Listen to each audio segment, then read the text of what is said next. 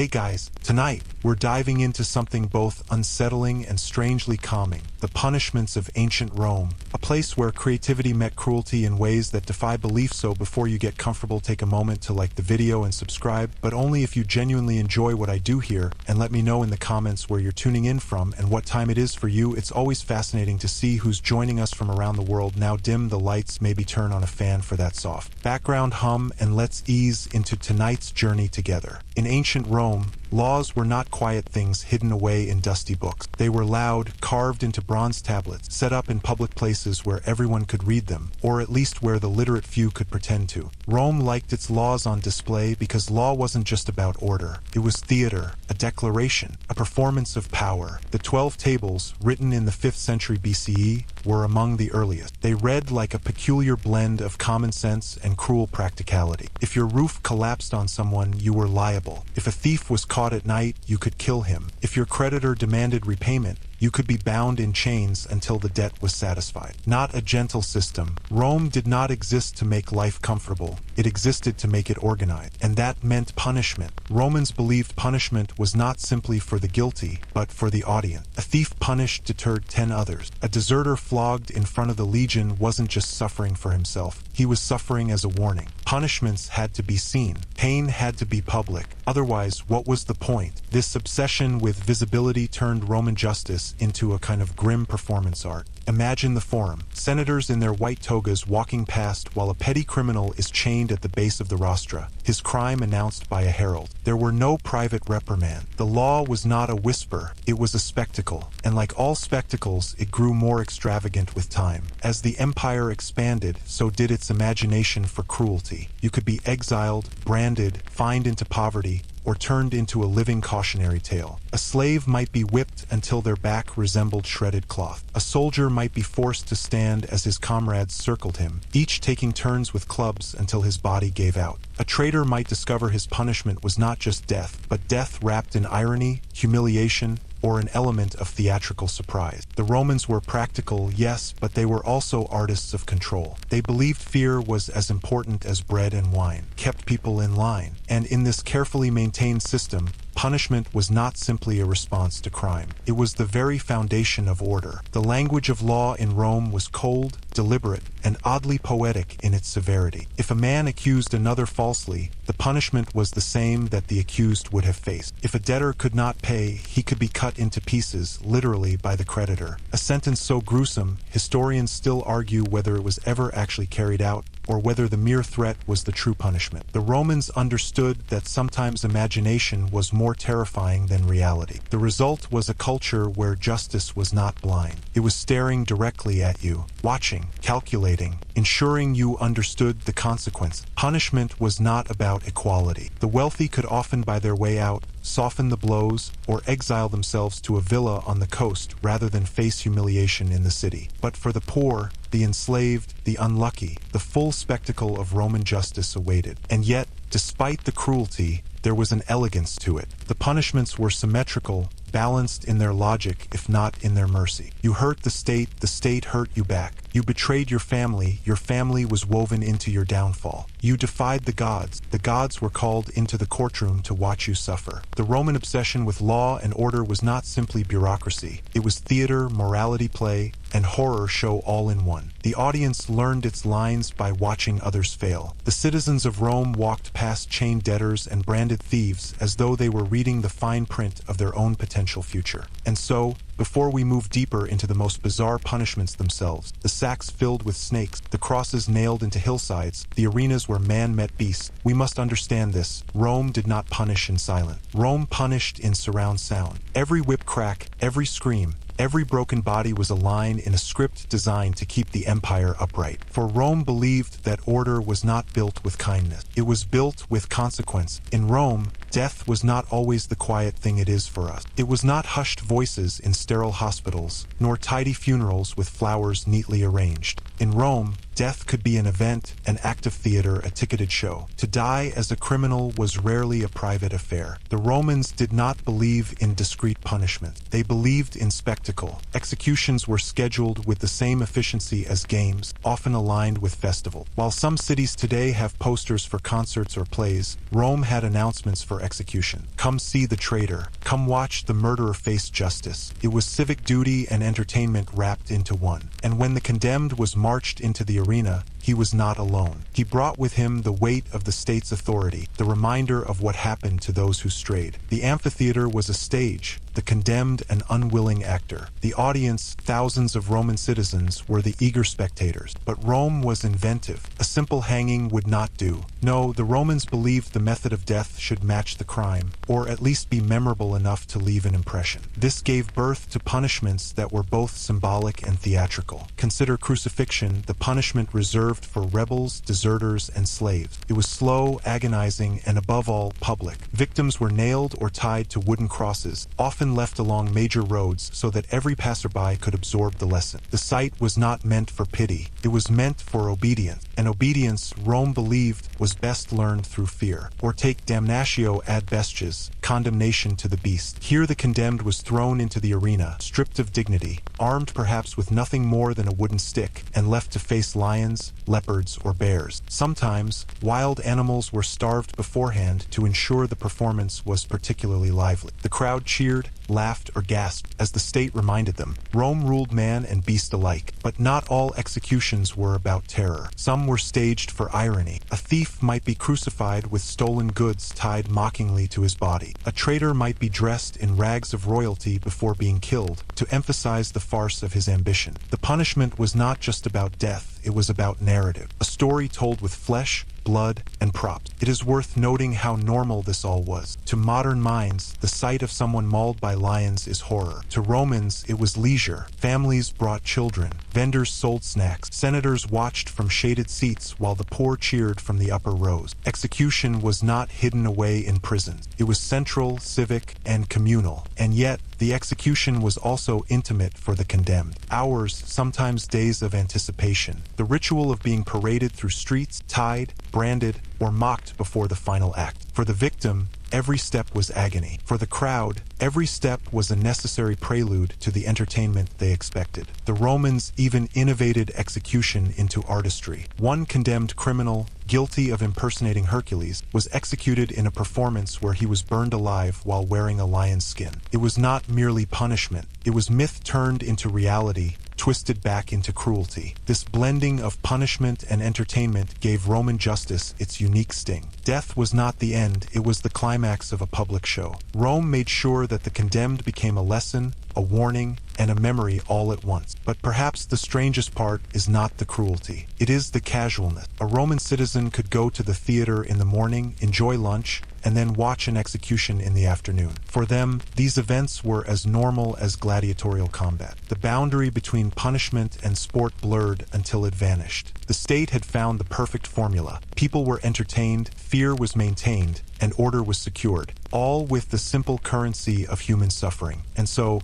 when we ask what bizarre punishments Rome invented, we must remember Rome did not punish behind closed doors. Rome punished in the arena, under the eyes of thousands, with applause as the soundtrack. Death was not private justice, it was public theater. The Romans had a peculiar talent for turning punishment into poetry. Not the soothing, gentle kind of poetry, but a darker, grimmer sort, lines written in screams, symbols, and spectacle. They understood that to truly punish someone, it was not enough to kill them. One had to mock them, strip them of their dignity, and turn their very crime into the instrument of their undoing. Rome loved irony. If you stole, your punishment might involve mockery of your theft. If you betrayed Rome, the method of your death might mirror your treachery. Punishment was not simply justice. It was theater with layers of meaning, symbolism woven into blood. Take, for instance, the punishment of parricide, the murder of one's own father. To Romans, this was not just a crime, it was an abomination, an offense against the natural order. Ordinary death would not do. Instead, the criminal was sewn into a sack, called the pinna culiae,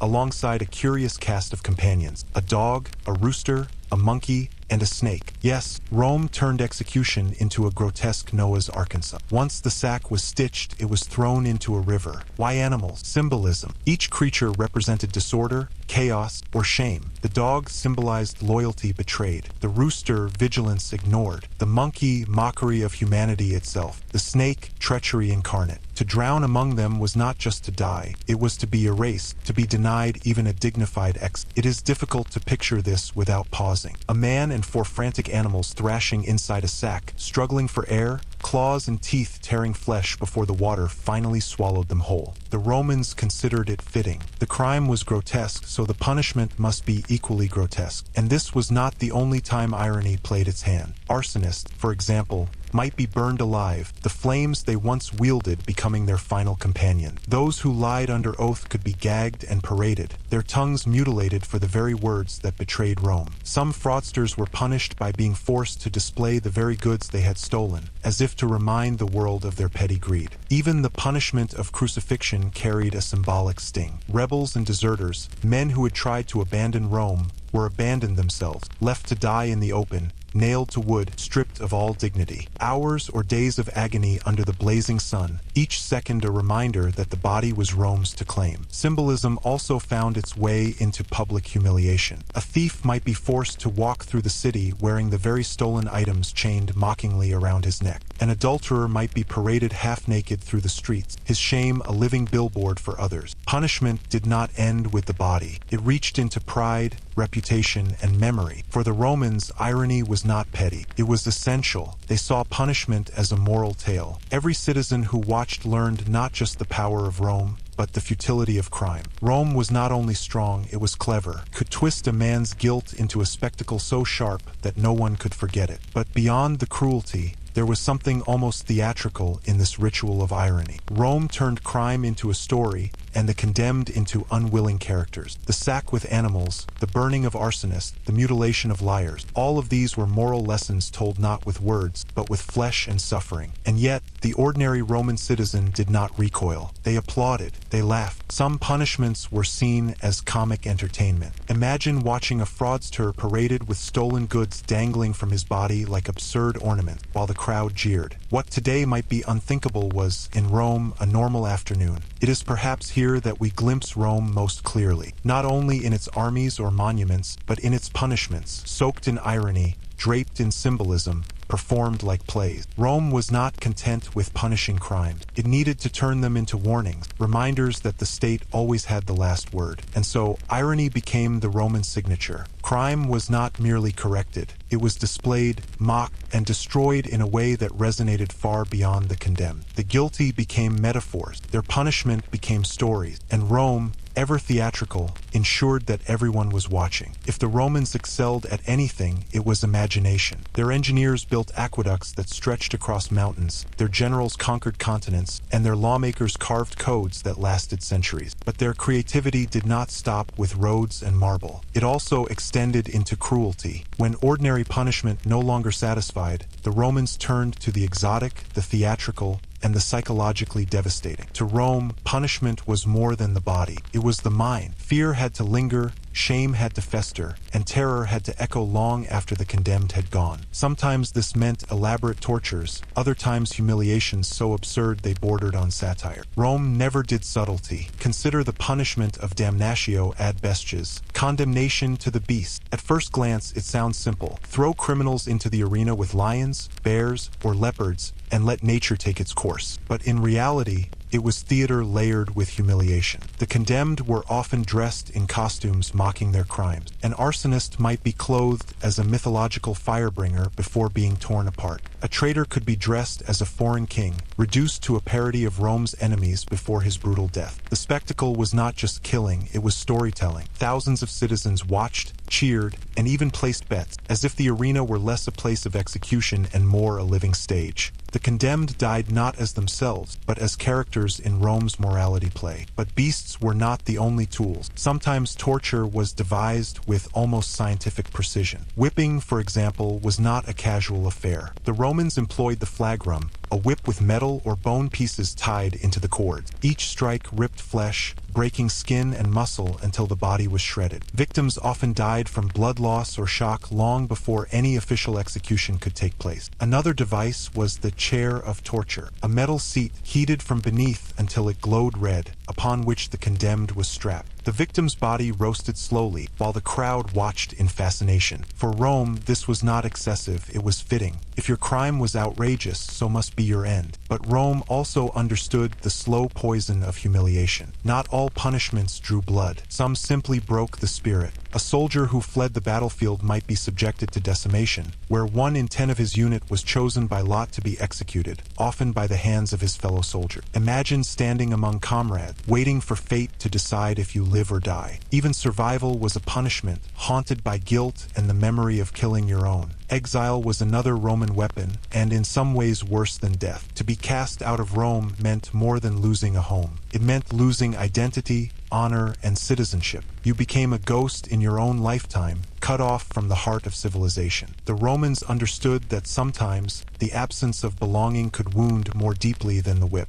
And then there were punishments designed purely for ridicule. Imagine being paraded through the streets in women's clothing, your head shaved, while children jeered, or being forced to carry heavy wooden yokes like cattle, your dignity reduced to livestock. Rome made sure that the city itself became the stage, with its citizens acting as the chorus of shame. But perhaps the most unsettling punishments were those that blurred the line between theater and torture. Consider prisoners forced to reenact myths in the arena, playing roles that always ended in their death. A condemned man might be dressed as Icarus, only to be hurled from a great height. Another as Hercules, crushed beneath mock labors. These were punishments masquerading as entertainment, cruelty disguised as culture. To modern ears, it may seem impossible that crowds cheered at such things. But to Rome, these spectacles were reminders of order. Punishments were not just about the guilty. They were about the innocent, the watching masses, the reinforcement that Rome controlled life, death, and even the meaning of suffering. It is easy to dismiss these as barbaric, but to the Romans, they were rational. Crime was disorder, punishment restored balance. A thief mocked, a deserter executed, a parasite drowned with animals. All of these were symbols of Rome's moral universe. The punishment did not just fit the crime, it became a mirror of it. And so exotic tortures and psychological punishments thrived. From fire-heated chairs to lions in the arena, from exile to ritual humiliation, Rome perfected the art of pain as performance. The condemned provided the body. Rome provided the script. And the audience, hungry for spectacle, never left disappointed. Rome, as you may have noticed by now, had a particular fondness for hierarchy. Every rung on the social ladder came with its own set of rights, privileges, and, of course, punishments. The higher you stood, the more gracefully you might fall. The lower you began, the more brutal the system became. And at the very bottom were 2 groups, the slaves, who were property, and the gladiators, who were tools of entertainment. Both lived under the permanent shadow of punishment,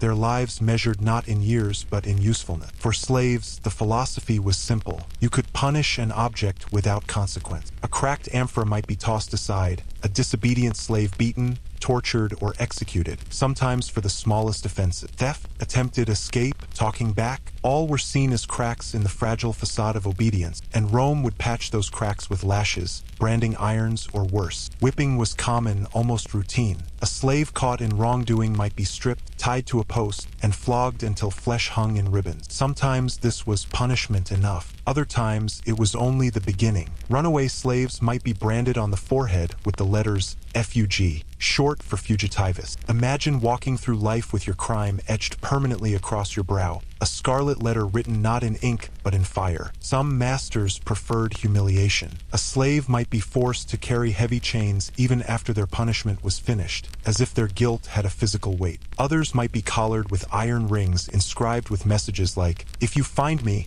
return me to my master." Punishment was not just about pain, it was about turning a human being into a walking billboard of obedience. But slaves were not without the possibility of execution, and when they died, they often died spectacularly. If a master was murdered, Roman law dictated that all the household slaves could be executed, regardless of guilt. One infamous case saw over 400 slaves put to death simply because their owner had been killed in his sleep. It was collective punishment elevated to policy. Rome did not just punish the guilty, it erased the possibility of defiance altogether. And then there were the gladiators. Technically, Many gladiators were slaves too, but their lives carried a strange double edge. On one hand, they were prized investments, trained fighters, and entertainers adored by the crowd. On the other hand, they were disposable, their bodies expendable in the name of spectacle. Their punishments reflected this duality, brutal enough to remind them of their status, but careful enough not to waste too much profit. Disobedient gladiators might be beaten publicly, chained, or starved. Training schools maintained their own brutal discipline, with overseers wielding whips and rods to keep their fighters in line. But in the arena itself, punishment became theater. A gladiator who refused to fight could be executed before the crowd, his death a warning to the others. Entertainment was not optional. Sometimes, rebellious gladiators were forced into hopeless matches. Armed poorly or pitted against overwhelming odds, they were turned into example. Their punishment was not only their death, but the futility of their resistance. The message was simple. Rome owned your body, your fate, even the manner of your dying breath. But gladiators also experienced subtler punishments, the slow erosion of humanity. They lived under constant surveillance, their lives restricted to training barracks, their movements controlled, their friendships, their dreams, even their diets were dictated by their owners. For every moment of roaring applause in the arena, there were countless hours of chains, drills, and deprivation. Punishment was not always a spectacle, it was a daily routine.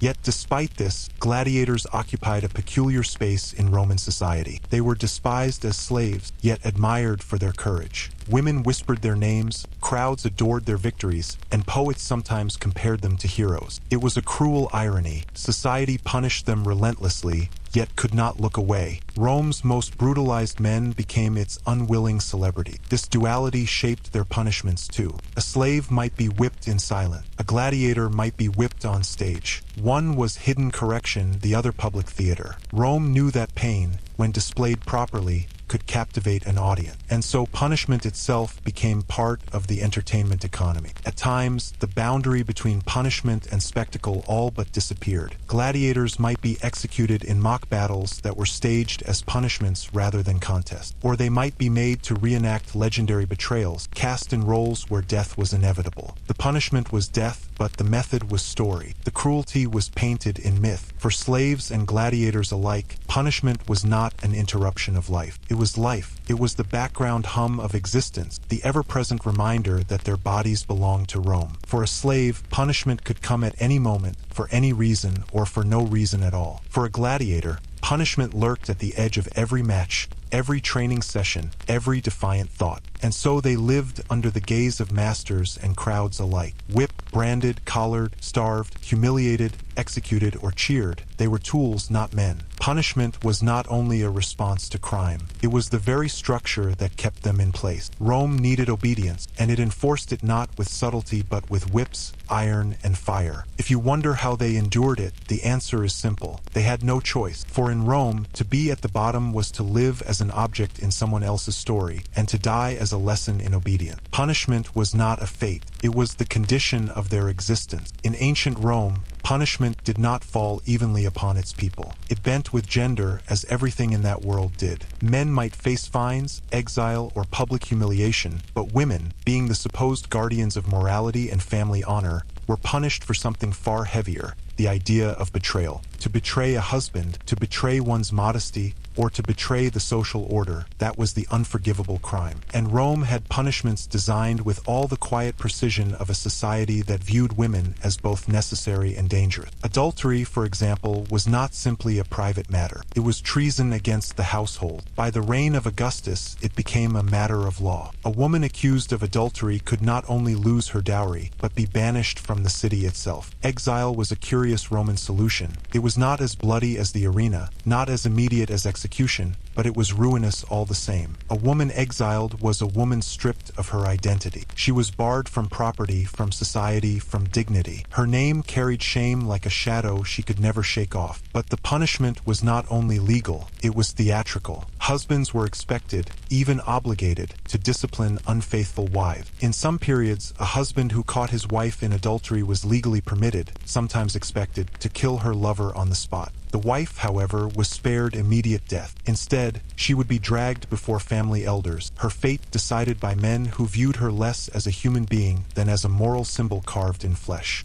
If adultery brought exile, other crimes brought more tangible punishment. Theft, poisoning, sorcery, crimes that blurred the line between law and superstition, were often tied to women. Poison in particular carried a feminine association, whispered about as a woman's weapon, subtle and invisible. And when such crimes were unearthed, the punishments were designed to match the fear they inspired. The most infamous was the punishment of the Vestal Virgin. These women were Rome's priestesses of fire, sworn to 30 years of chastity, their bodies tied to the very survival of the city. If a Vestal was accused of breaking her vow, her punishment was unlike anything else in Roman law. She was buried alive. It was not execution by sword, nor by fire, nor by cross. It was silence, earth, and suffocation. A small chamber was dug underground. The condemned Vestal was led inside, given a lamp, a couch, and a few morsels of food, as if to disguise the act as something other than murder. Then the chamber was sealed, and the earth pressed down above her. Rome could not spill her blood, for that would profane her sacred body. So Rome buried her alive, a cruel compromise between law and superstition, between death and ritual. For other women, humiliation was punishment enough. Stripped of veils, paraded before neighbors, their shame became public currency. A woman caught in scandal might find herself locked indoors, her freedom erased without trial. She might be shorn of her hair, a symbolic stripping of femininity. To lose one's beauty was itself a kind of death in a culture that prized it as a woman's primary value. And yet, as harsh as these punishments were, they reveal Rome's peculiar logic. Men might die for treason. Women, however, were punished for dishonor. Their bodies were not entirely their own. They belonged to husbands, to fathers, to the state. When they failed in their prescribed role, the state responded not with equal justice, but with symbolic correction. Consider the law of paterfamilias. A father, under Roman custom, had the right to kill his daughter if he caught her in adultery in his own house. The same applied to his slaves. The law made little distinction. A daughter was not an autonomous citizen. She was property under her father's hand. That property, when soiled, could be discarded. But Roman punishment was not always consistent. A wealthy woman might find exile tolerable, even survivable. A poor woman accused of poisoning might find herself whipped or strangled without ceremony. A slave woman might suffer punishments far more brutal than her freeborn counterpart. In this way, Rome's system of justice revealed itself for what it was, not universal, but elastic, shaped always by wealth, class, and gender. Women, in particular, found themselves at the sharpest edge of symbolic punishment. For while men might fall from power, women fell from virtue,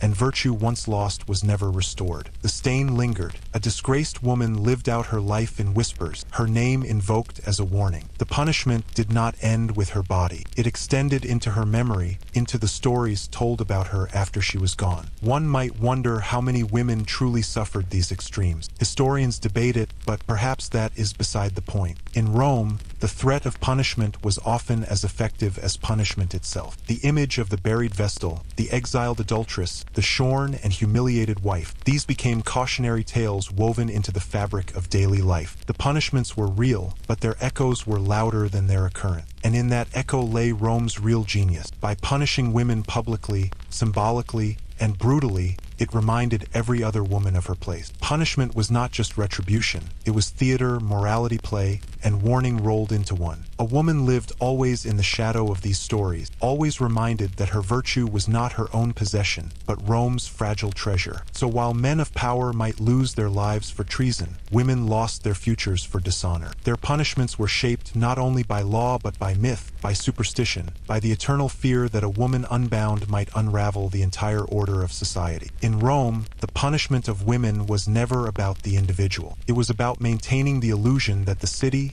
eternal and invincible, rested on foundations of obedience. And for those women who strayed too far, the punishment was silent, whether in exile, in a sealed tomb, or in the whispers that outlived them. Rome did not merely punish women. It erased them carefully, symbolically, and with all the solemn cruelty of a civilization that feared them too much to let them go unmarked. To be a child in ancient Rome was not to live in the sentimental softness we often attach to youth today. There were no colorful playgrounds, no birthday cakes laden with candles, no protective laws about what a parent could or could not do. Childhood in Rome was, in many ways, a preparatory stage for obedience. It was a time to learn fear, discipline, and the hierarchy of the household. And discipline in Rome was never gentle. Roman law gave fathers, paterfamilias, absolute authority over their household. This was not symbolic authority. It was real, legal, and terrifying. A Roman father could order punishments for his children that ranged from whippings to outright execution. To be born in Rome was not to be free.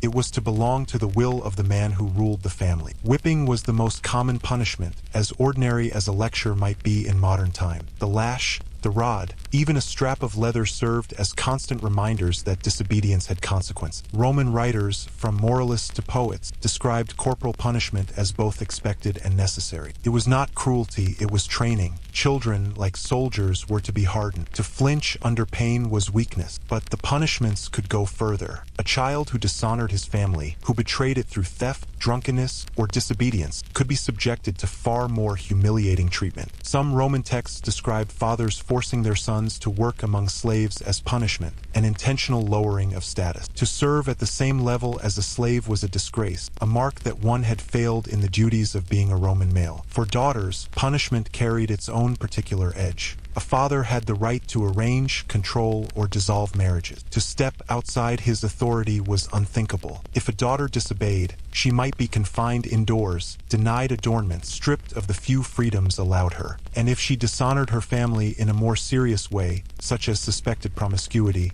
her father had the legal power to kill her. The boundary between discipline and death for a Roman child was frighteningly thin. But punishment was not only private. Schools in Rome were not gentle academies of learning. They were strict, harsh, and ruled by masters whose methods leaned heavily on the rod. Ancient writers often joked or complained that Roman children learned more from beatings than from books. A grammaticus, or teacher, was less a patient instructor and more a drill master of letters. If a child stumbled over a verse of Virgil, the consequence might be a cane across the back. To learn in Rome was to suffer a little pain, and society viewed this as entirely natural. Public shame, too, was a weapon. Families were obsessed with honor, and children carried the burden of that honor. A young man who drank too much, gambled too freely, or wasted his inheritance might find himself paraded as an example of vice. Some families disowned their sons entirely, a punishment far worse than whipping. To be cut off from one's family in Rome was to lose identity itself, for family was the only true anchor of Roman society. And yet, not all punishments were equal. The rich could afford to soften the blows. A senator's son might be scolded or sent away for correction, while a poor child might be beaten in the street without notice. A noble family might exile a wayward son to a country estate to reflect upon his sins. A poor family might sell a rebellious child into servitude. In Rome, as in all things, punishment bent to the weight of class. But even for privileged children, Rome had its cruelties. Consider the case of infanticide. Infants who were weak, deformed, or simply unwanted were sometimes exposed, left out to die. The decision was not framed as punishment, but it was still the father's absolute power. To be born in Rome was not a guarantee of life. Existence itself was conditional, dependent on whether a father deemed the child worthy. Punishment, in some cases, began at the very threshold of life. For those who survived, the threat of punishment never disappeared. Young men training for military service endured a regime of drills, hunger,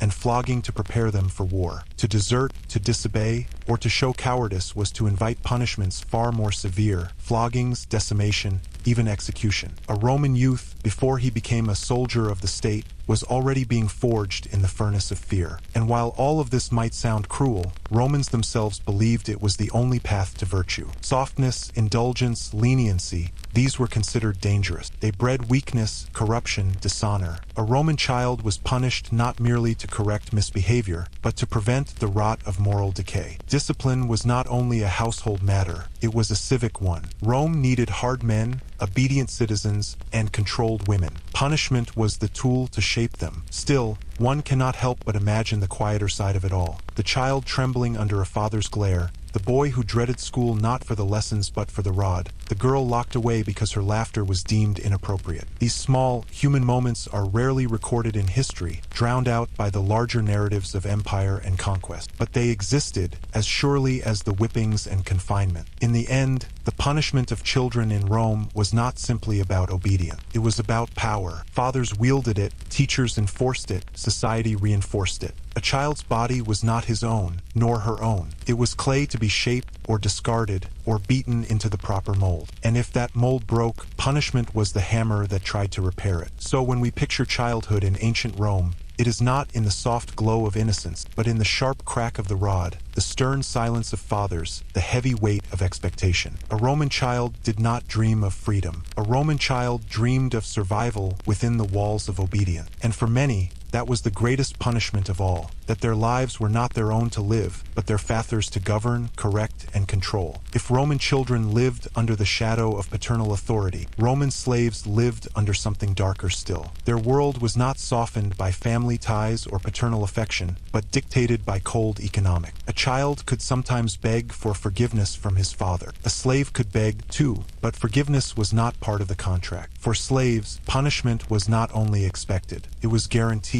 The Roman household was a kingdom, and slaves were its most expendable subject. Their labor built the empire's wealth, polished its marble, and poured its wine. But to the masters they served, they were not human in the full sense. They were property, assets, and tools. And like tools, they could be used, discarded, or broken at will. The punishments inflicted on Roman slaves often matched this philosophy. The lash was routine, almost casual. To be whipped was not an event, but a part of life. A slave could be beaten for moving too slowly, for speaking out of turn, or simply because the master had a foul mood that day. Roman poets sometimes described the sound of whips echoing through the household as ordinary as the clatter of dishes. Branding was another common punishment. A runaway slave might be caught, dragged back, and seared with hot iron on the forehead, a permanent reminder of shame. Some bore the letters FUG, short for fugitivus, the mark of a fugitive. Branding was not merely pain. It was lifelong humiliation, a stamp of property that followed the slave everywhere. The collar was another device, a ring of iron locked around the neck, sometimes engraved with messages. Archaeologists have discovered examples with inscriptions like, "Hold me, lest I flee,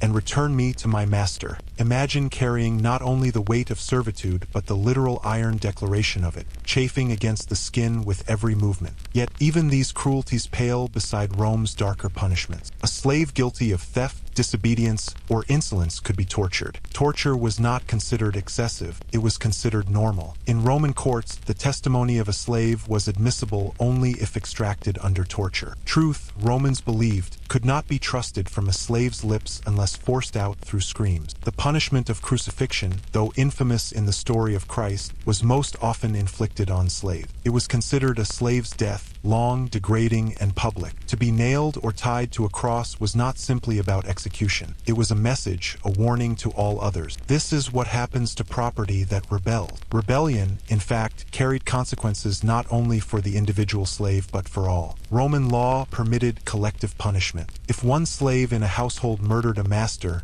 every slave under that roof could be executed. Tacitus records one chilling case. In the year 61 CE, a senator named Pedanius Secundus was murdered by a single slave. The Senate decreed that all 400 of his household slaves should be executed in response. Despite protests from the public, the punishment went forward. 400 lives snuffed out to maintain the iron principle of fear. There was also the punishment of being thrown to the beast, damnatio ad bestias. Slaves condemned for crimes, or sometimes merely for entertainment, were cast into the arena. Lions, leopards, or bears were released upon them, and the crowd cheered as property was torn apart for spectacle. Here, punishment was transformed into performance, cruelty elevated to amusement. But perhaps the most sinister punishment was the simplest, neglect. To deprive a slave of food, clothing, or shelter was not even considered punishment, it was economy. A master might ration food so tightly that hunger became constant. A slave too weak to work might simply be abandoned, left to die. Punishment, in Rome, did not always arrive with a whip. Sometimes it arrived with silence, with emptiness, with nothing at all. Still, even within this brutal system, there were shades of experience. Some slaves, particularly those in educated households, could hope for better treatment. A literate Greek tutor might be spared the lash. A skilled cook might be prized enough to avoid branding, but the possibility of punishment was never absent. No matter how skilled or favored, a slave was always one command away from the whip, the cross, or the arena. The cruelty was justified, of course, by ideology. Romans told themselves that slaves were naturally inferior, that discipline was necessary, that fear was the glue holding the household together. A lenient master was seen as foolish, even dangerous, for kindness might encourage rebellion. Fear, they believed, kept order. And so, punishment became not an occasional correction but the foundation of slavery itself. And yet, slaves resisted. They ran, they plotted, they revolted. The great slave uprisings, like the revolt of Spartacus, terrified Rome precisely because they revealed the truth. Beneath the chains and whips were human beings, capable of fury and courage. Rome crushed these revolts with overwhelming violence, crucifying thousands along the roads as reminders. The message was always the same: punishment would keep the empire intact. But punishment could never erase humanity entirely. Even in the darkest corners of Roman servitude, slaves found ways to endure, to mock their masters, to whisper jokes in the shadows. Archaeologists have uncovered graffiti carved by slaves, small acts of defiance etched into stone. Punishment was the constant threat, but humor, faith, and memory survived it. Still, it is sobering to remember, when we walk through the ruins of Rome, the grand villas, the marble forums, the glittering baths, we are also walking through the silent history of punishment. Every stone was laid by hands that feared the lash. Every arch and aqueduct carries the invisible scars of those who built them under threat of torment. Rome's beauty was built on suffering, and that suffering was maintained by punishment. So while emperors and senators debated laws and victories, while poets sang of glory, countless slaves lived each day under the possibility of the whip, the brand, the cross. Their punishments were not extraordinary, they were ordinary. And in that ordinariness lies the true horror. Cruelty so common it became invisible, discipline so constant it was mistaken for life itself. In the end, punishment for Roman slaves was not about justice. It was about power. It was the daily reminder that they were property, that their bodies were not their own, that even their pain belonged to someone else. And perhaps the cruelest punishment of all was that Rome convinced itself this was natural, that this was order, that this was civilization. If the life of a slave in Rome was one of fear, the life of a Roman soldier was one of fear dressed in bronze. Rome's armies were feared across the known world, praised for their discipline, their order, their machine-like efficiency. But such discipline did not emerge naturally. It was not simply drilled into them through training. It was beaten, starved, and terrorized into their very marrow. For Roman soldiers, punishment was not an occasional correction but the very scaffolding of military life. The Roman legion prided itself on obedience. Orders were to be followed without question, hesitation,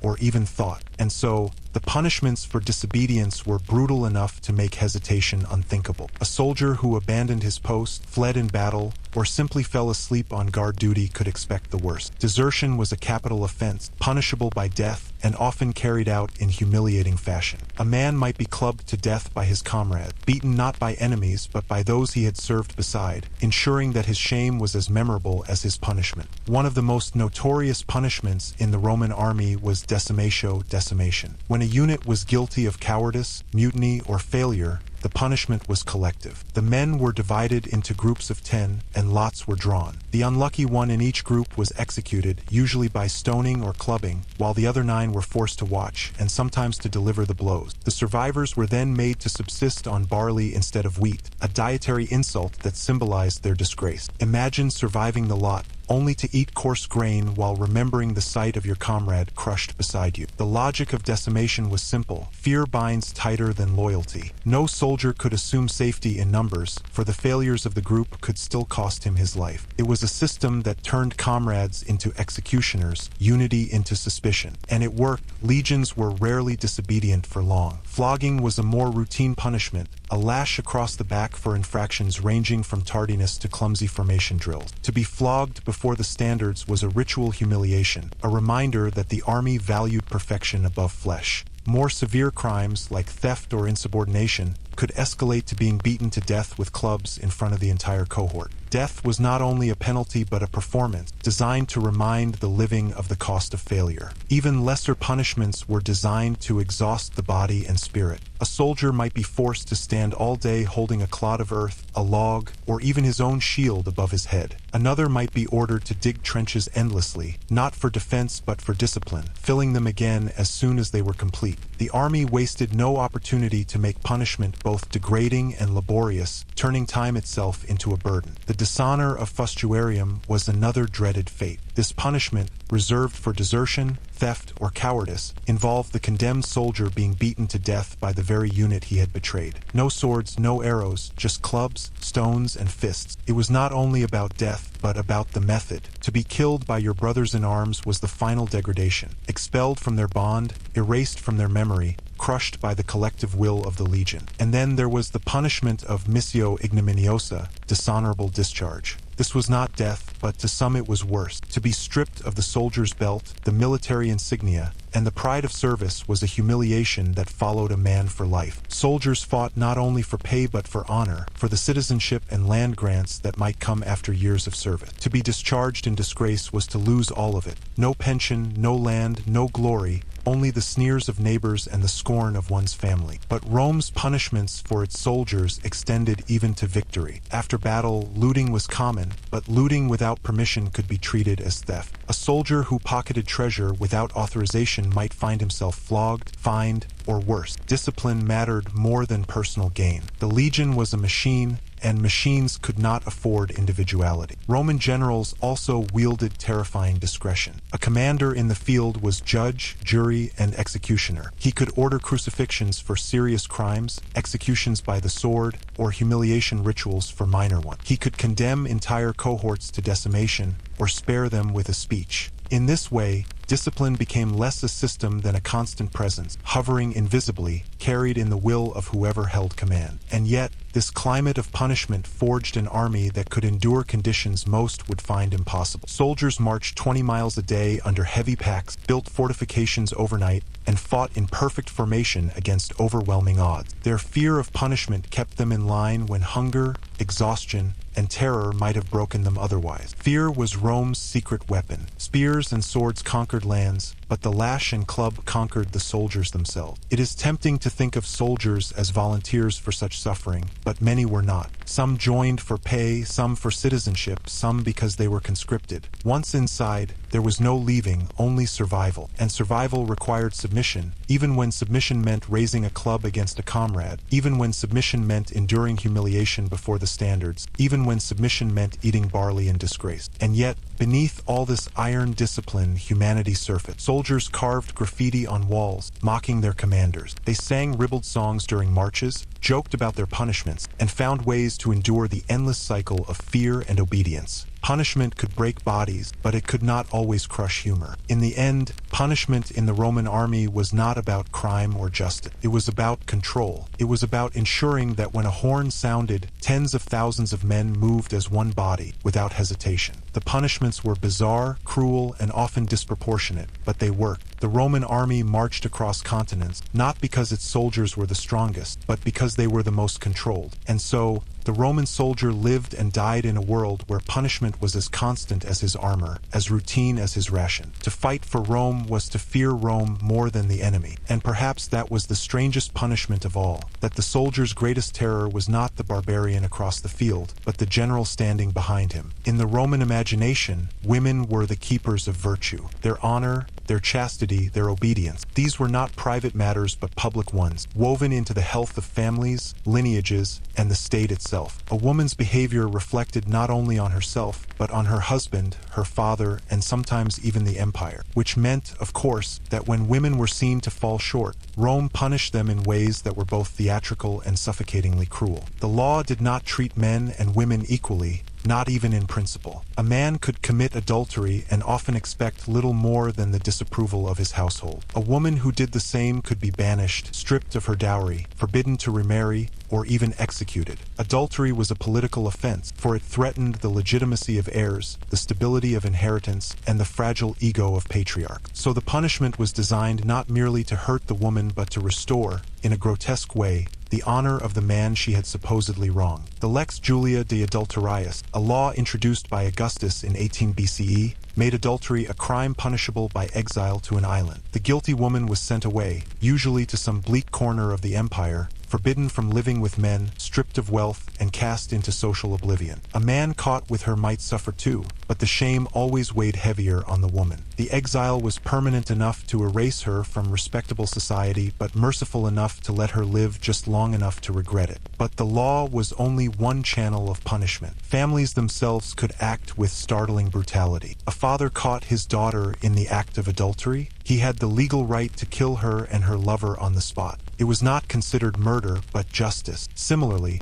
a husband who found his wife with another man could kill the lover. Though not his wife, her fate was to be dragged before a magistrate, to be humiliated, banished, and left as a warning to others. In Rome, a man's rage could become law with a single stroke of a sword. The most extreme punishment for a Roman woman was reserved for Vestal Virgin. These priestesses of Vesta, guardians of the sacred flame, were sworn to 30 years of chastity. They enjoyed privileges other women did not. They could own property, free slaves, even pardon condemned men. But their vow was sacred, and breaking it was seen not merely as a crime, but as a cosmic disaster. If a Vestal lost her virginity, it was thought to endanger Rome itself, extinguishing not just the fire in the temple but the fire of the state. The punishment? The Vestal was buried alive. Yes, literally. To shed the blood of a Vestal was considered impious, so they devised this neat loophole. Dig a small underground chamber, furnish it with a couch, a lamp, and a bit of food, then lower the woman into it and seal the entrance. She would die slowly in darkness, not by execution but by neglect. Rome, with its love of ritual, even disguised cruelty as ceremony. She was not killed, you see. She was merely given a room underground, and fate was allowed to do the rest. For ordinary women, punishments could still carry a theatrical flair. Infanticide, though disturbingly common, could bring disgrace if discovered. Women accused of poisoning, another fear that lingered in the Roman imagination, were often paraded, flogged, or executed in ways meant to draw crowds. Poison trials, in fact, were a favorite spectacle in Rome because they blended scandal, fear,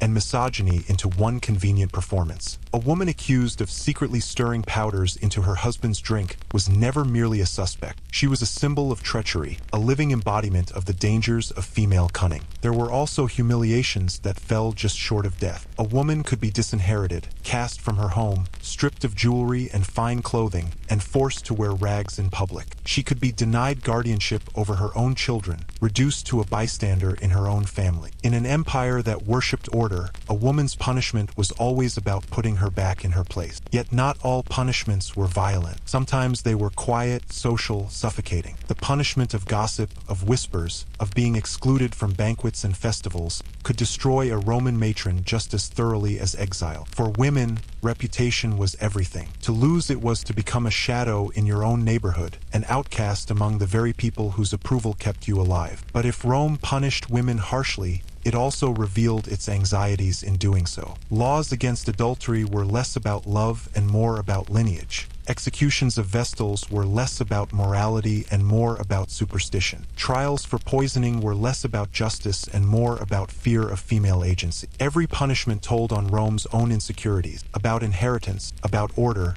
about the terrifying possibility that women might wield power not through armies or senates, but through secrets and whispers in the night. The punishments also varied by class. A poor woman might be flogged or executed without ceremony, her suffering invisible to the state. A noblewoman's scandal, however, was theater. Her banishment or disgrace was paraded in speeches, written in histories, remembered for generations. A poor woman's death was a statistic. A patrician woman's disgrace was a moral lesson, a piece of propaganda, a warning wrapped in silk. It is worth noting, too, that women were not always passive victims. Some fought back through subterfuge, plotting their own defenses, wielding the power of tears, or even preempting disgrace by suicide. Suicide, grimly enough, was sometimes the only honorable escape. To die by one's own hand was preferable to being dragged through the courts, shamed before family, or buried alive beneath Rome's tidy moral structures. In the end, punishments for women in Rome reveal less about women themselves and more about the society that judged them. Rome, with its marble temples and imperial legions, trembled at the thought of female transgression, and so it buried its fears in law codes, in rituals, in dungeons, in whispered scandals. To be a woman in Rome was to live not only under the eye of one's household, but under the eye of the empire itself. A slip of the hand, a glance at the wrong man,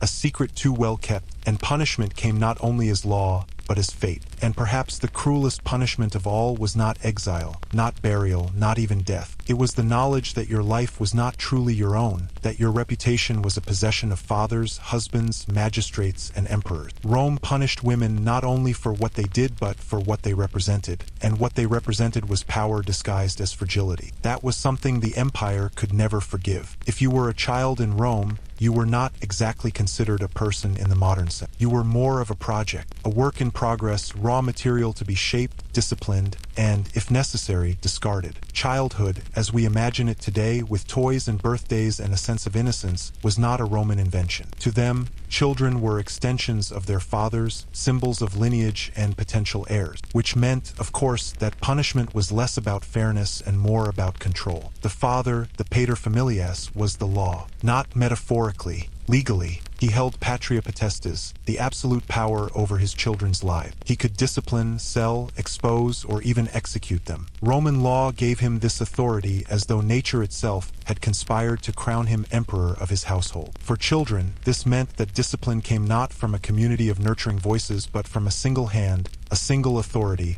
one that was unquestioned by the state. Punishments varied, naturally, with the offense and with the mood of the father. The mildest forms resembled what we might call discipline: lectures, chores, humiliation. But even these were not gentle. A Roman boy who failed in his studies might be beaten with rods, slapped for laziness, or mocked in front of his peers. The use of corporal punishment was expected. The rod was as much a teaching tool as the stylus or the wax tablet. To be beaten was not a failure of parenting. It was the essence of it. For more serious disobedience, punishments grew darker. Running away from duties, theft, or open defiance could bring whippings, confinement, or even branding. Roman children were sometimes marked, literally, as a reminder of their shame. Others were forced to perform degrading tasks in the household, carrying waste, cleaning latrines, serving as an example of what happens when a child forgets obedience. Discipline was not only about pain but about hierarchy. To punish a child was to remind them where they stood, at the bottom. The system was not limited to sons. Daughters, too,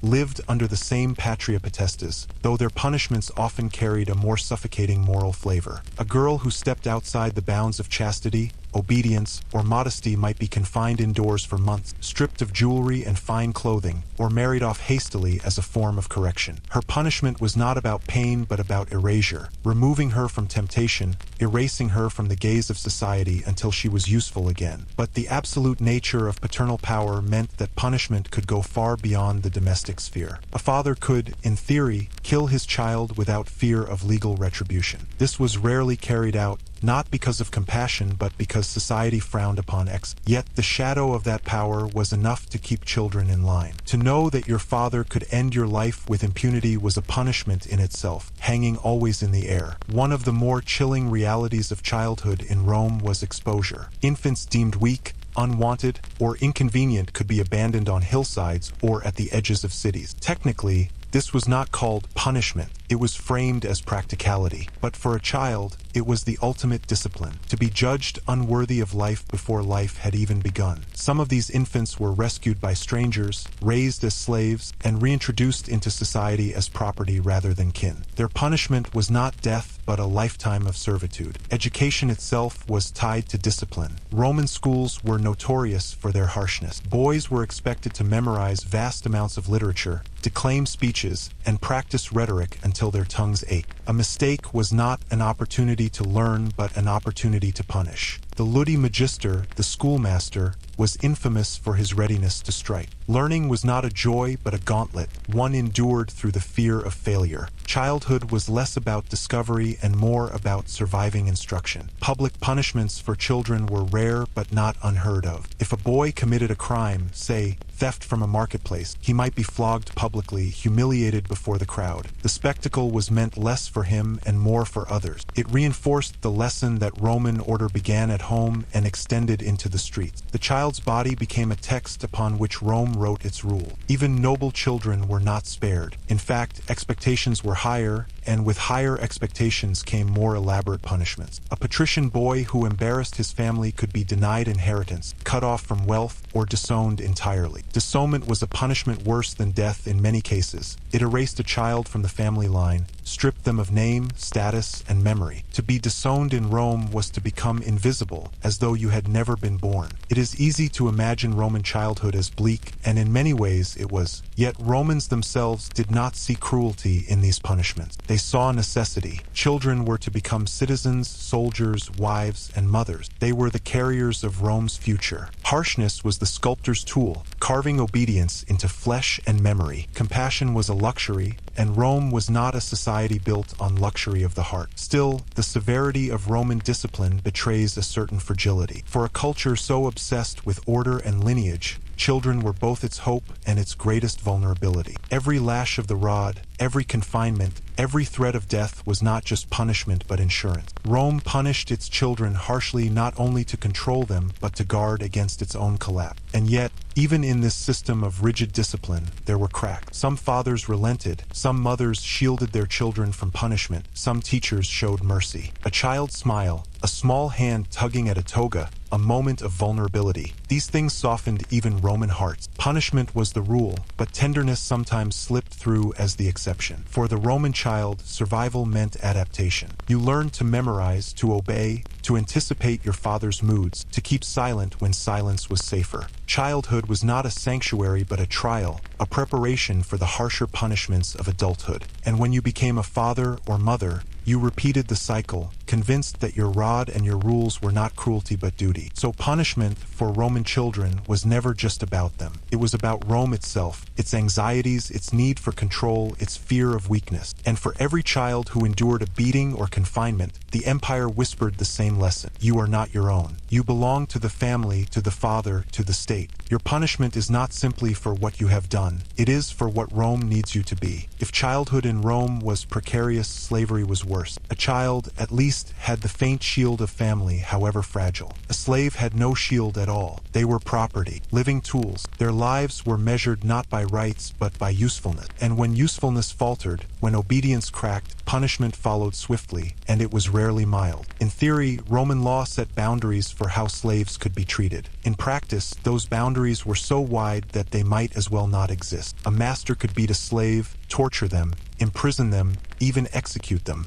all without consulting any authority. To punish a slave was not just permitted, it was expected. Discipline was the grease that kept the machine of slavery running. Without it, Rome's households, farms, and workshops might have collapsed under the weight of human resistance. Punishments ranged from the ordinary to the theatrical. The ordinary was almost casual. A whipping, a cuff to the head, a day without food. These were the daily rhythms of slavery, the background noise of subjugation. A slave might be beaten for working too slowly, for speaking out of turn, for dropping a dish. Such punishments were not seen as cruelty but as maintenance, like oiling a hinge. The goal was not justice but control. More severe punishments came when a slave was accused of theft, lying, or attempting escape. Whippings grew into floggings, floggings into torture. Chains were applied, sometimes permanently. Runaway slaves were branded with letters on their foreheads, FUG, short for fugitivus, a mark that transformed a human being into a walking warning sign. If you tried to reclaim your freedom, Rome would reclaim your flesh. And then there were the spectacles. For Rome, punishment was not always private. Sometimes it was staged, turned into theater for the benefit of others. Crucifixion, for instance, was a punishment largely reserved for slaves. It was not about the individual crime, but about sending a message. This is what happens when property refuses to obey. Crucifixion was slow, excruciating,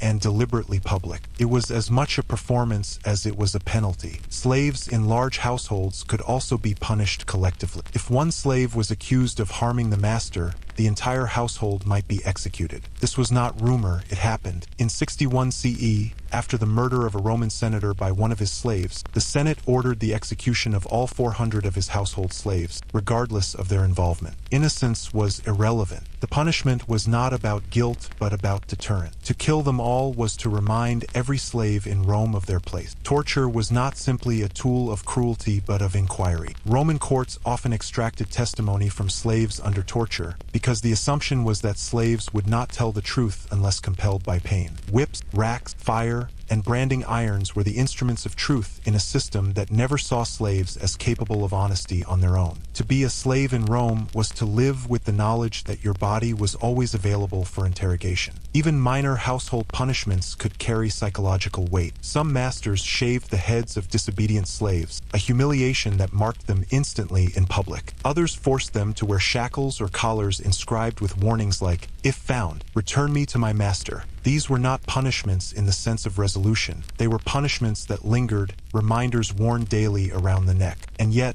despite the harshness, Rome's punishments for slaves also revealed a contradiction. Slaves were property, and property had value. To destroy a slave through excessive cruelty was to waste an investment. Many masters calculated their punishments carefully, not out of mercy, but out of economic. A slave who was beaten too severely might die, and with that death, a master lost money. So, in some cases, discipline was tempered not by compassion but by account books. That said, Rome also had no shortage of wealthy men who treated cruelty as a form of entertainment. Stories survive of masters who ordered slaves to fight wild animals for sport, or to be executed in grotesque ways simply to amuse dinner guests. In such cases, punishment crossed into spectacle, becoming less about control and more about indulgence. The boundary between discipline and entertainment blurred, and human suffering became a kind of currency in the social games of the elite. For field slaves, the punishments were often less creative but more relentless. Agricultural work was brutal,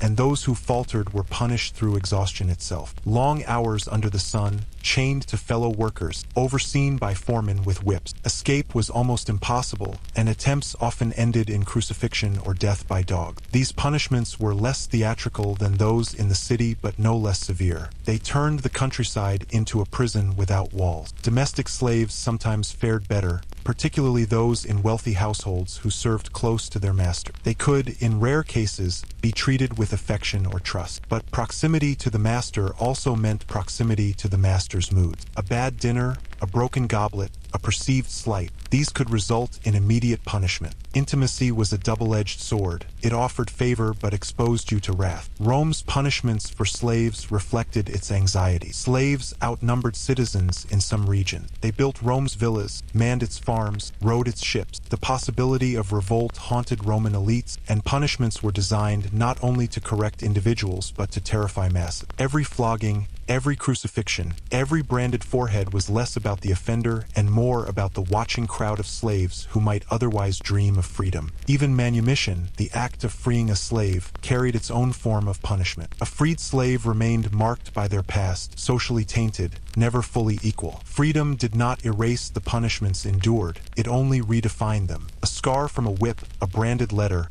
a memory of chains. These were punishments that followed a slave into freedom, invisible but permanent. To us, Rome's punishments for slaves seem monstrous, and they were. But to Romans, they were woven into the fabric of daily life. A slave's suffering was as ordinary as bread or wine, as unremarkable as the weather. Punishment was not an exception to slavery, it was the essence of it. To own a person was to hold their pain in your hands, to shape it, to use it as both correction and reassurance. And so, in Rome, punishment was not just about obedience. It was about maintaining the illusion of control over a fragile system. Slaves were everywhere, silent, watching, enduring. Their labor fed Rome. Their hands built its walls, their backs carried its wealth. To punish them was to remind them of their chains, and to remind Rome itself that its empire rested on those chains. Rome, after all, was not built in a day, but much of it was built on the bruises, scars, and broken bodies of slaves, punishments layered like bricks, discipline stacked like stone. If the life of a Roman slave was fragile, the life of a Roman soldier was rigid. Discipline was the marrow of the legion. Without it,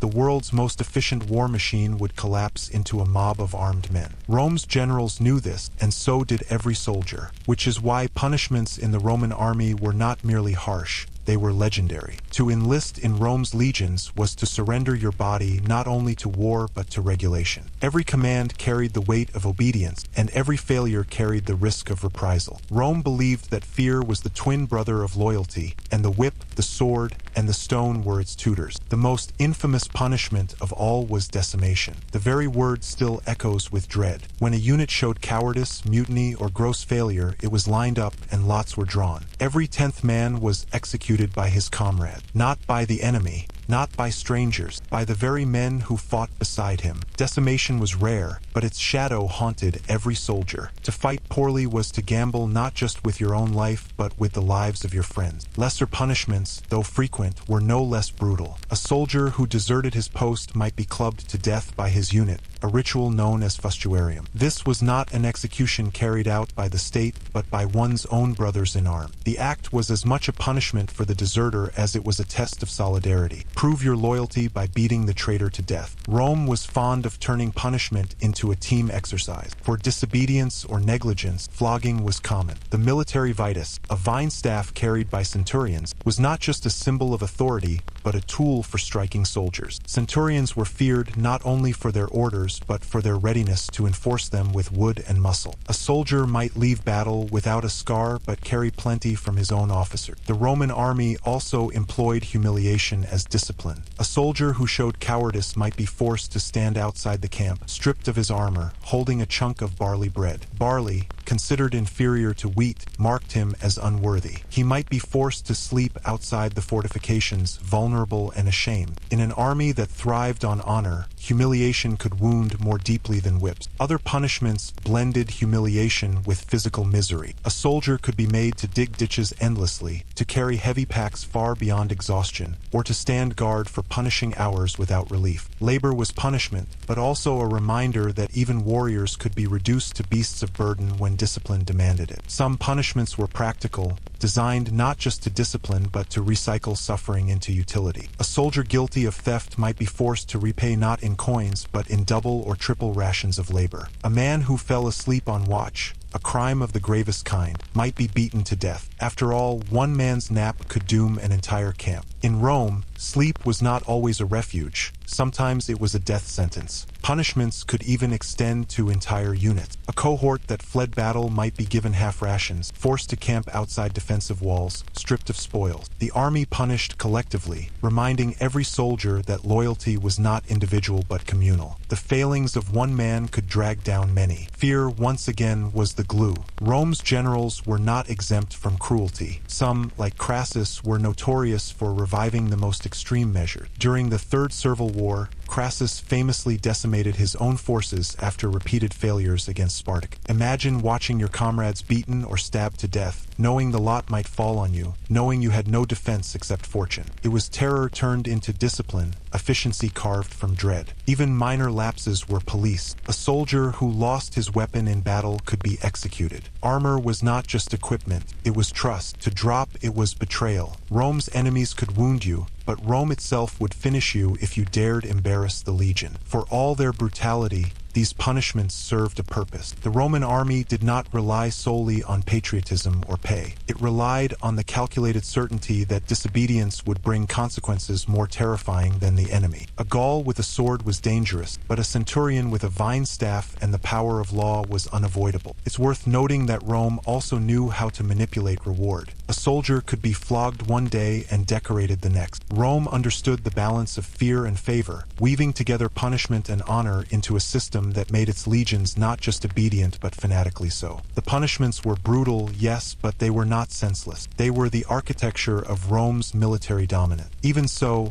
the severity of discipline sometimes pushed soldiers into desperation. Mutinies erupted, though rarely, and when they did, the punishments were catastrophic. Entire units might be slaughtered or enslaved. Rebellion against Roman discipline was rebellion against the spine of the empire itself, and Rome never forgave a broken spine. What is most striking is how public many of these punishments were. Executions, floggings, humiliations, they were carried out not in secret but before the eyes of the legion. Discipline was theater. Every punishment was a lesson, every death a story. Rome understood that fear spread most effectively when shared. From the outside, the punishments seemed barbaric, yet they worked. The Roman army endured for centuries, conquering territories that stretched from Britain to Mesopotamia. Soldiers stood their ground not simply because they believed in Rome, but because they feared Rome's hand on their own necks. The irony is sharp. Soldiers joined the legions seeking glory, land, or pay, yet often found themselves more tightly bound than slaves. A slave risked the whip for disobedience. A soldier risked death. Both lived under discipline, but the soldier carried his chains into battle, gilded with the illusion of honor. To be a Roman soldier, then, was to march with fear at your side. Fear of the enemy, yes, but more importantly, fear of your own. Punishments kept the legions moving, silent, unbreakable, a machine built not just of men but of dread. Rome conquered with swords, but it ruled its armies with whips, staffs, and stones. And so,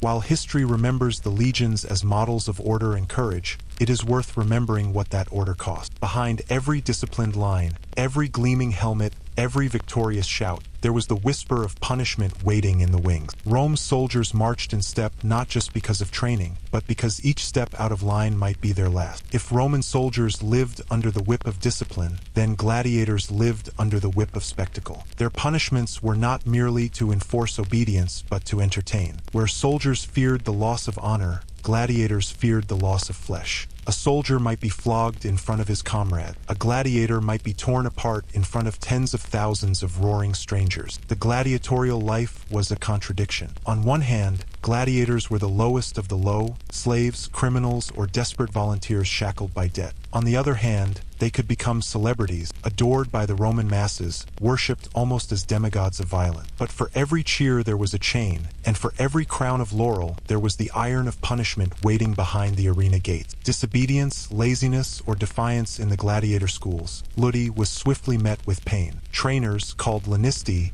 ruled their fighters with a mixture of drilling and cruelty. A gladiator who refused to train might be whipped until his back resembled the very net he might one day fight against in the arena. Those who tried to escape were branded, shackled, or beaten. Branding especially was common, a mark carved into the skin to remind both the gladiator and the world that he belonged to the school, like cattle marked with fire. Some punishments were practical. Attempting to escape often meant being fitted with heavier chains, forced to carry iron shackles even while training. A man who struggled to wield a sword now had to wield it while dragging a reminder of his attempted freedom. Rome was efficient in its cruelty. Punishment doubled as reinforcement. For greater defiance, the punishments grew more imaginative. Some were forced to fight blindfolded as practice, a humiliation that left them bruised, battered, and sometimes broken. Others were made to spar against multiple opponents, sometimes even against wild animals, without the protection of the crowd's mercy. These punishments were not official arena matches, but spectacles of suffering staged for their fellow gladiators as both warning and lesson. The lanista held near total control. A disobedient gladiator could be sentenced to death without ever stepping into the Colosseum. Starvation, confinement, and relentless beatings were weapons as sharp as any sword. The gladiator's body was property, and to damage it was both discipline and demonstration of ownership. But perhaps the cruelest punishments were those played out in public, where the line between discipline and entertainment blurred. A gladiator who rebelled could be thrown into the arena not as a star but as fodder, unarmed, pitted against lions, bears, or even armed soldiers. These were not battles but executions dressed in pageantry. To die this way was not only to be punished but to be made a lesson for thousands. Disobedience does not end quietly. It ends as a spectacle. Criminals condemned to the arena, known as damnati ad gladium, faced similar fates. Some were sent into hopeless combats, poorly armed against professionals. Others were condemned to damnatio ad bestias, death by wild beasts, where they were torn to pieces for the amusement of the masses. Gladiators who committed serious infractions could find themselves demoted to this same class, their fall from warrior to victim swift and irreversible. The punishments were also psychological. Gladiators lived with the constant reminder that their worth was measured in applause. Failure in the arena was itself a kind of punishment, and sometimes it was literal. A defeated gladiator,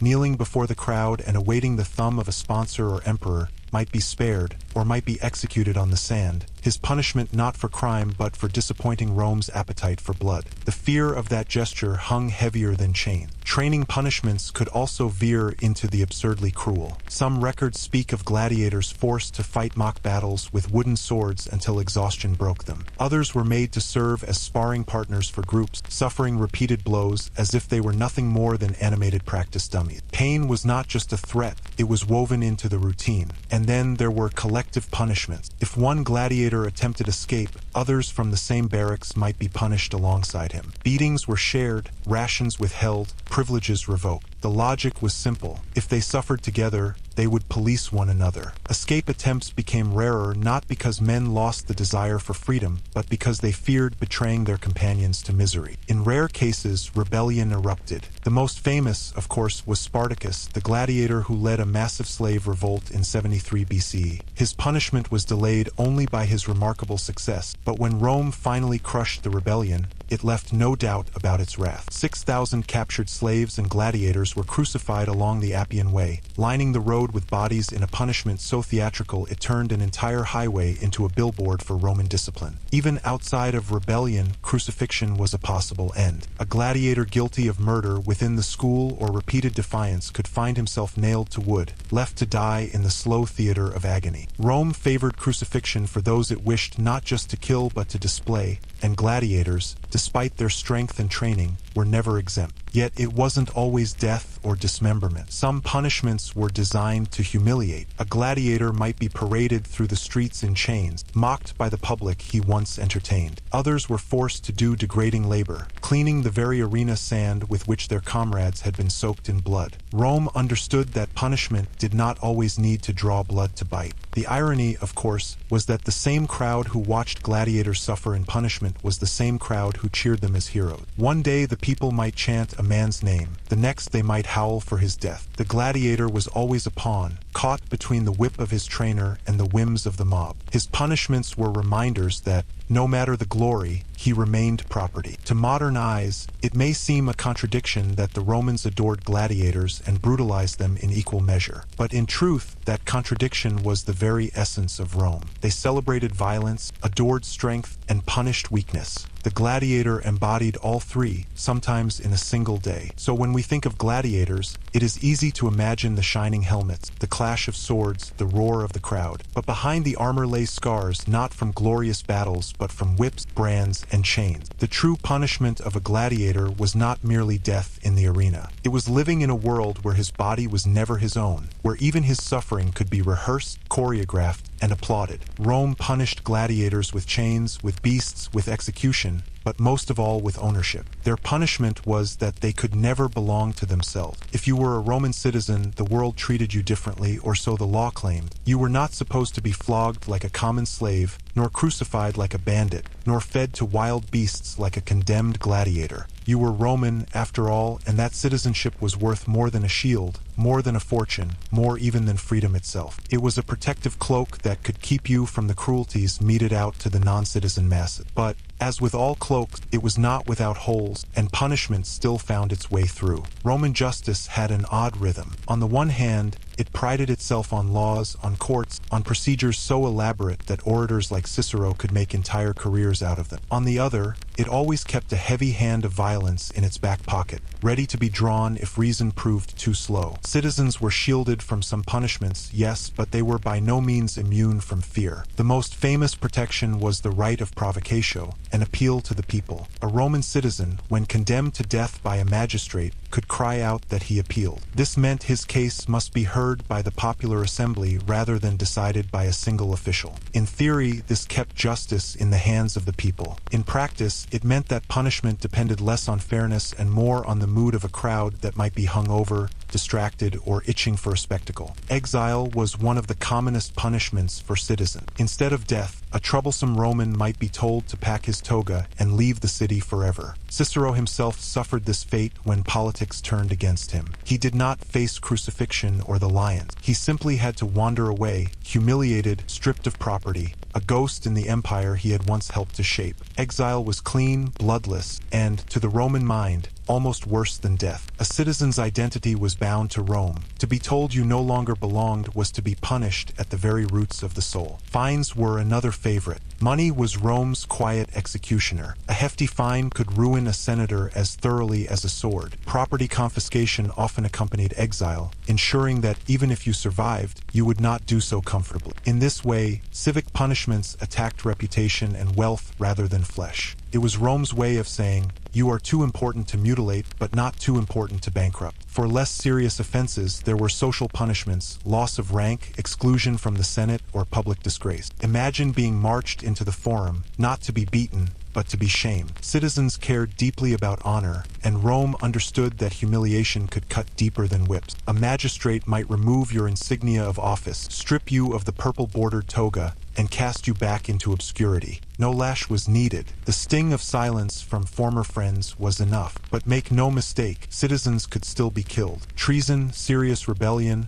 or crimes against the state carried the death penalty, even for those born under the banner of Rome. The difference was in the method. No crucifixion, no beast pit, no public scourging. Instead, there was the sword. Beheading was considered a merciful end, dignified even in disgrace. The same empire that nailed thousands of rebels to wooden crosses allowed its wayward citizens to bow gracefully beneath the clean stroke of steel. For political enemies, punishments grew more elaborate. Proscriptions, lists of names published by leaders like Sulla or later by the triumvirs, turned Roman citizens into walking targets. To be proscribed was to have your name posted publicly as condemned. Your property was seized, your life forfeit, and anyone could kill you with impunity. Worse still, your family name was stained, your children often disinherited. It was legal murder wrapped in bureaucracy. Punishment here was not simply death, it was erasure. Roman justice also had a fondness for symbolic punishment. Consider the pena culiae, reserved for parricides, those who killed their father. The condemned was sewn into a leather sack along with a collection of unhappy companions: a dog, a rooster, a snake, and a monkey. The sack was then hurled into a river. Why these animals? Scholars debate. Perhaps each represented some aspect of chaos and unnaturalness. Or perhaps Rome simply enjoyed the theater of a man drowning in company. Either way, the punishment reveals something essential. Roman civic justice could be as absurd as it was terrifying. Citizens could also be flogged, but only under certain conditions, usually by military authority rather than civic courts. The fasces, the bundle of rods carried by lictors, were symbols of both authority and pain. A magistrate wielded them as a reminder. Yes, even a Roman citizen could feel the sting of the rods if he stepped too far out of line. The protections were real, but they were not absolute. Another layer of punishment was banishment from certain privileges. Some citizens lost their right to vote, others their right to speak in assembly. This was the slow suffocation of citizenship, alive but muted, present but powerless. Rome understood that punishment did not always need to be dramatic. Sometimes it could be quiet, bureaucratic, and devastating. Perhaps the cruelest civic punishment was the fear of reputation itself. In a society obsessed with honor, rumor could be as sharp as a dagger. Accusations of corruption, cowardice, or treachery were punishments in their own right. A senator might escape with his head intact, yet spend the rest of his days whispered about, avoided, treated as though he carried a stench no bath could wash away. We moderns often imagine Roman justice as pure brutality, but for citizens it was often more psychological, more theatrical, and more insidious. Rome rarely wasted its elites on whips when it could destroy them with humiliation. And yet, for all the protections of law, the fate of a citizen still rested on the same fragile balance as anyone else's, the will of those more powerful. Cicero, who once defended the sanctity of citizen rights with thunderous speeches, still found himself pushed into exile, stripped of safety by nothing more than shifting winds of politics. So yes, being a Roman citizen spared you the nails and the cross, the whip and the beasts, but it did not spare you exile, disgrace, execution, or the slow decay of reputation. It gave you more dignity in punishment, but not immunity from it. Rome simply dressed its cruelties in finer clothing when dealing with its own. In the end, Roman civic punishments tell us something essential about the empire itself. It was a society that measured cruelty in degrees of status. A slave could be whipped, a soldier could be decimated, a gladiator could be torn apart, and a citizen, he could be ruined with words, stripped of dignity, or struck cleanly with the sword. The pain was always there. It simply shifted form according to rank. Rome did not believe in equality before the law. It believed in hierarchy before the lash, and that perhaps was its truest form of justice.